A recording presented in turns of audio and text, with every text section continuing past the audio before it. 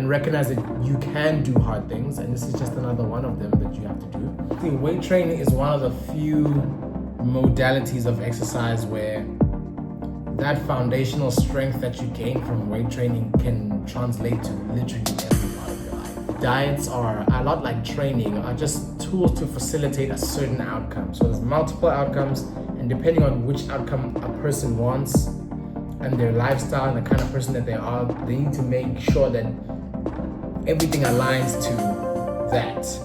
What is up, y'all? Simang Chapa here. I'm a personal trainer and an online coach. My job is to help beginners acclimatize to exercise, get comfortable, get confident, and help them reach their goals at the same time. Today, we are going to do, and before you say anything, I know I've been gone for a while, but today we're going to do a video where some lovely person is on the other side of the camera, and they're going to ask me a couple questions. How many questions? Let's do three. 3 questions that plague the beginner and how the beginner can go about navigating those when it comes to their fitness journey. Alrighty, and I don't know the questions, so at least it's also a little bit, quick fire for myself. Go for it. Let's create a scenario. So how would someone that has been wanting to come to the gym but they are afraid of what they look like and what people would say, and they have no idea what to do in the gym, they don't know how the machines work or anything, how would you encourage them, or what do you have to say to them to just at least get up and try? Well, I think you kind of gave the answer right there. It's to get up and try, but also I think it's important when you're faced with something, and we're all faced with these moments, when you're faced with something that you haven't done before, and it's kind of scary to do that step, you kind of need to remind yourself of the other things that you've overcome before. And it helps, I guess, if you're a faith person, you trust in a higher power above you, you're like, even though I don't know how this is gonna go, God, I trust that you are gonna, or you can look at the evidence of you. Maybe you had a seminar, which I just did, and you didn't know how it's gonna work, but somehow God took you through that, or somehow you got through that. Or maybe you went through a divorce, and going through divorce, for people who have gone through it, not myself, would tell you that it's way harder than just starting at the gym.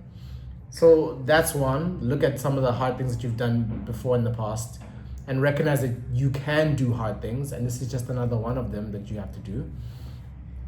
And then I guess the other one I would say is to realize that a lot of the people in the gym have their own things. And as much as sometimes you might think they're looking at you, they're really not, because some of them think that you're looking at them and you're not, and you're busy worrying about your own things. Okay, so a lot of it is like that. I hope that answers the question. Yeah. Okay.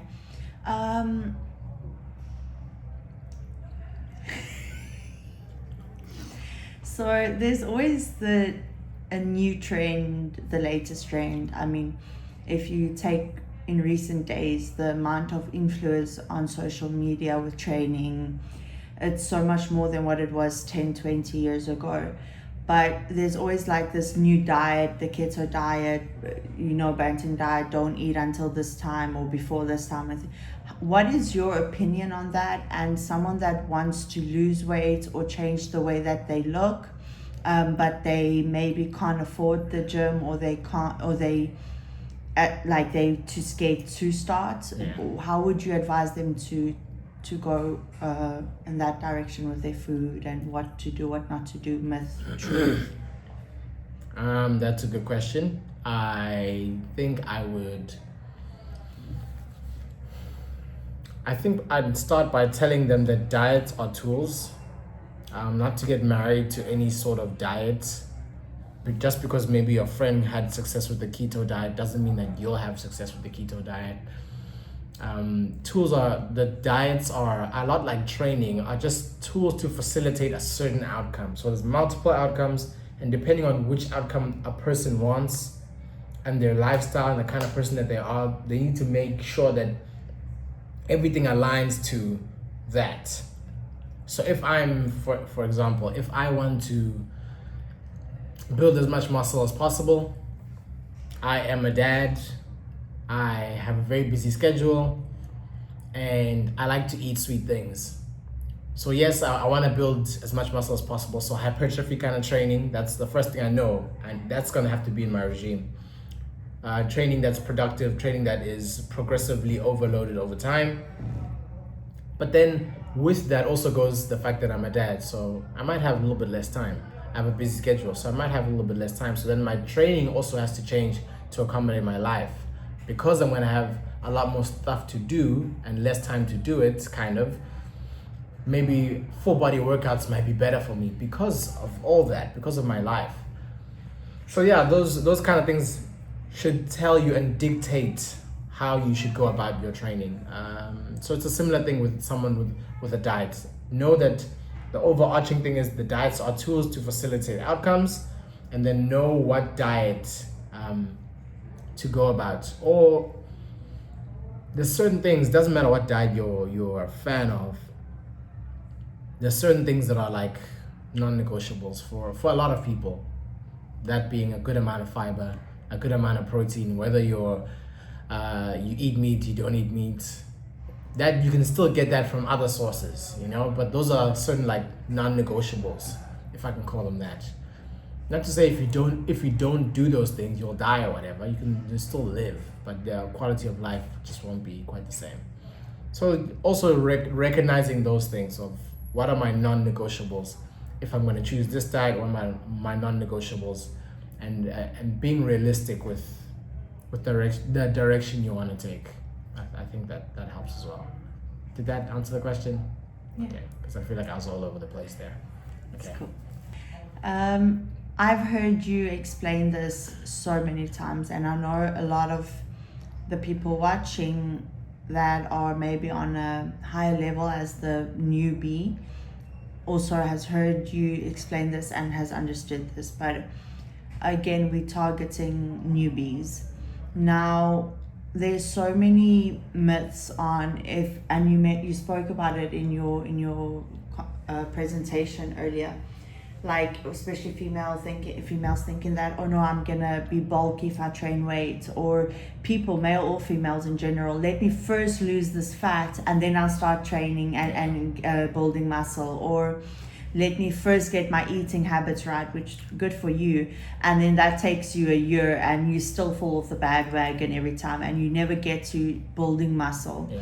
Why is weight training and building muscle so important? Please explain it, break it up for the newbie that has no knowledge of training. I think I heard Dr. Mike Israetel talk about this once, and even the guys on Mind Pump talk about it, but like basically weight training is one of the few modalities of exercise where that foundational strength that you gain from weight training can translate to literally every part of your life. Like if you want to be an endurance runner on Saturdays, because you weight train, you're going to be better at that. If you want to be a fit dad who still can kind of keep around or keep up with his kids, even if your cardiovascular health isn't at that level, depending on how old your kids are also.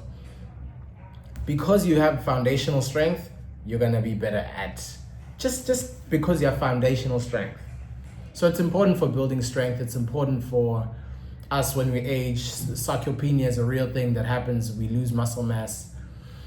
And people, if you want to decrease the likelihood of you having certain chronic diseases and things like cardiovascular issues, strokes, type 2 diabetes, and if you already have type 2 diabetes and you want to control that in some way, muscle is a great storage vessel for your glycogen, you know? So it's having more muscle, relatively speaking. I'm not talking about the higher end person who's a bodybuilder and who's already have way more muscle than they probably even need. But for the average person, it really will ameliorate your life. It'll make your life better in almost every single way. So yeah, that's why it's important.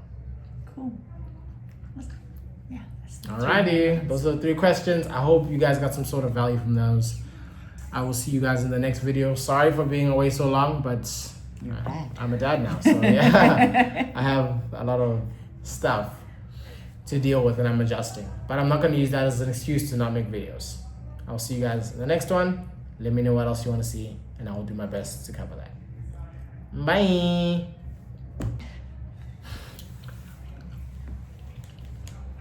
What is up, y'all? Simang American Japa here. I'm a personal trainer and an online coach. What? Coach. Yeah, I also heard that.